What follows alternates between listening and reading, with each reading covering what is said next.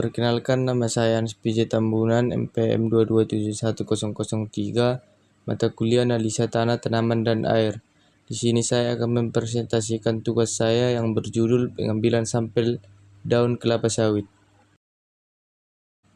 Pendahuluan, tanaman dapat tumbuh, berkembang, dan berproduksi jika unsur hara yang dibutuhkan selama proses pertumbuhan tersedia. Pada awalnya, analisa tanaman tidak pernah dilakukan, hanya berfokus pada analisa tanah. Timbulnya pemikiran dilakukannya analisa tanaman berawal dari ketidaksesuaian antara asumsi dengan kenyataan di lapangan. Sama halnya dengan tanah dan air, pengambilan sampel terhadap tanaman juga menjadi kunci keberhasilan dari hasil analisis yang akan digunakan sebagai dasar rekomendasi. Suatu tanaman untuk dapat dijadikan menjadi sampel berbeda antara satu jenis tanaman dengan tanaman yang lain. Artinya tidak semua tanaman dapat dijadikan tanaman sampel. Demikian juga organ tanaman seperti akar, batang, daun, dan buah. Pada tanaman tertentu daun digunakan sebagai sampel, akan tetapi pada tanaman lain tidak dapat digunakan. Adapun beberapa faktor yang harus dipertimbangkan menentukan tanaman sampel adalah: yang pertama, umur tanaman; yang kedua, baris dan lajur tanaman; yang ketiga, klasifikasi tanaman atau tanaman semusim atau tahunan. Adapun hal-hal yang penting diperhatikan dalam pengambilan sampel daun kelapa sawit. Yang pertama, paling lama dilakukan 2 bulan setelah pemupukan terakhir.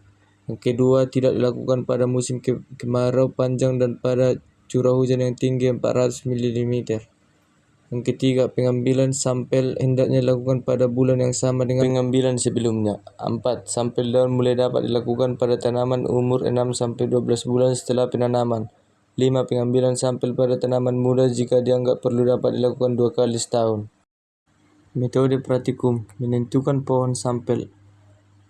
A. Sistem terpusat. Yang pertama, pohon sampel terpusat di wilayah tertentu yang mewakili seluruh tanaman.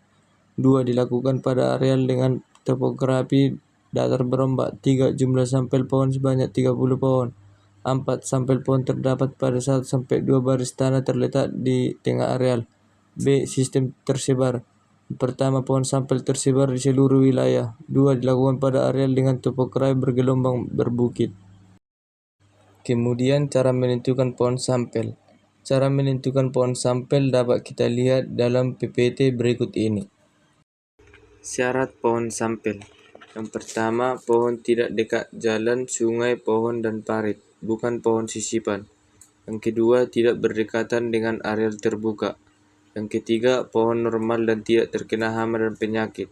Keempat, jika ketepatan urutan pohon sampel terdapat pada pohon yang terkena hama dan penyakit, maka dapat dipindahkan ke pohon di sampingnya yang baik tetapi barisannya masih tetap.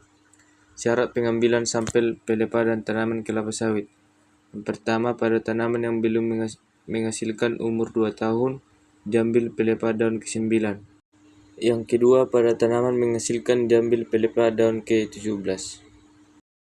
Selanjutnya, cara menentukan letak pelepah daun kelapa sawit. Yang pertama, daun ke-1 adalah daun termuda yang helai daunnya telah terbuka seluruhnya, dan jarak helai daun tersebut dengan daun lainnya sudah jelas tampak pada pangkal pelepah.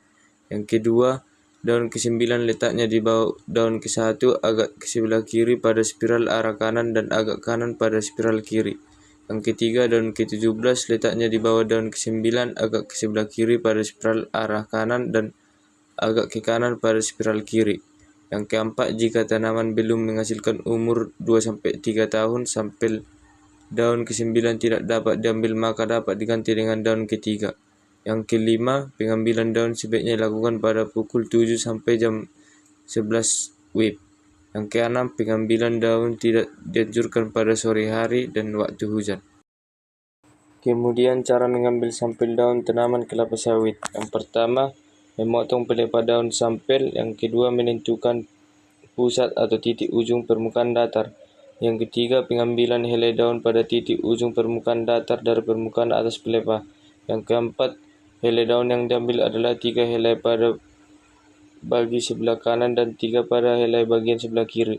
Yang kelima, potong helai anak daun menjadi 3 bagian yang sama, dan yang diambil sebagai sampel adalah bagian tengah.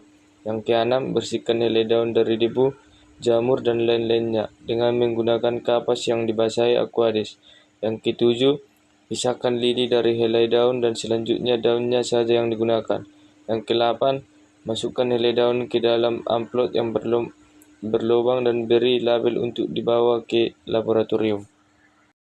Demikian presentasi yang saya lakukan, analisa tanah tanaman air. Sekian dan terima kasih.